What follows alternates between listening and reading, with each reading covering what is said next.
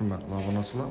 Bugün taza korkusumuz çıkıptı. Korkusumuz adresine yer alınmasak, şu kamatının doğrusunda 4. stajdayken görev ötesi işine yer alınmasak, işler aboyla vurulan bir korpus işlerin görev ötesi, devam işler, zor işler, filmin işlerden koyulan.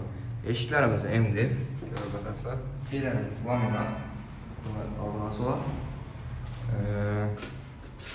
Elden bir like basıp koyunlar, kapılasar. Bundan əməkçi korpuslarına zorlarını çıxarıb varamız. Yanımızda sanuz yerinden görüb ötəsə, unitazı, rakamiyası, vannası, əmməyacı var. Ben de plan isə qızdırılan, kafelle vurulan, o boyda depresan aboy, yeni depresi plastiklerden kaplanına görüb ötəsə, hürmetli abonatçılar. Aytıb ötkən teylərimiz laminat boğan, otudu həm yeri, hürmetli abonatçılar. Yanımızda kuxunnisi, kuxunni mebeli, gaz plitesi, katyol, zamanəvi katyoldan koyulan hürmetli abonatçılar. Vit şişələrimizdən var. Aynalarım, yaxşı aynalardan, akuf aynalardan qıstırgan. Dəpələrimiz otudu plastik boğan hürmetli abonatçılar. Yanımızda birinci komutası, aytıb ötkənliyin bir daha komutası var edin. Korpusumuzda adresi zor, urdu, okşlaram, əmmərəm, maz.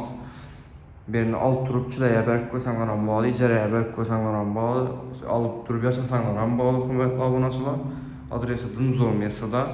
Birden 19, 5, 7 hemen marşrut yürüp ötedi. Yanımız Gürlenski, yanımız Rasenter Bazar, Darita, Bazaram Dım yakın adresi hürmetli abonatçılar. Tosya Dımzor Tosya.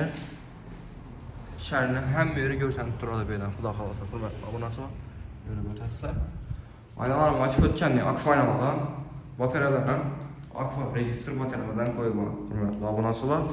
Birimiz baxasına girədən baxası 260 milyonda vakit tuttu egeləri 1-2 son gəlişdirib bərəməndə tutdular. Xuda xalasa egələrin nömrəni videoda yazıq kaldıraman. Eğer kimə qızıq bu adam olsa egeləri bilən gəpləşib, xuda xalasa gəlişib ala verəsizlər. Eğer kimdə satılan cay, yer yer plan olsa özlərimiz nömrə müraciət etə verəsizlər. Hem satıp alsam, satışam yardım verəmiz xuda xalasa hürmetli abonatçılar. Videomuz haqqında olsa bir like basıb koyunlar. Kəmin də işinin donlar, üylər nəsib etsin hər kimizə, həmməmizə.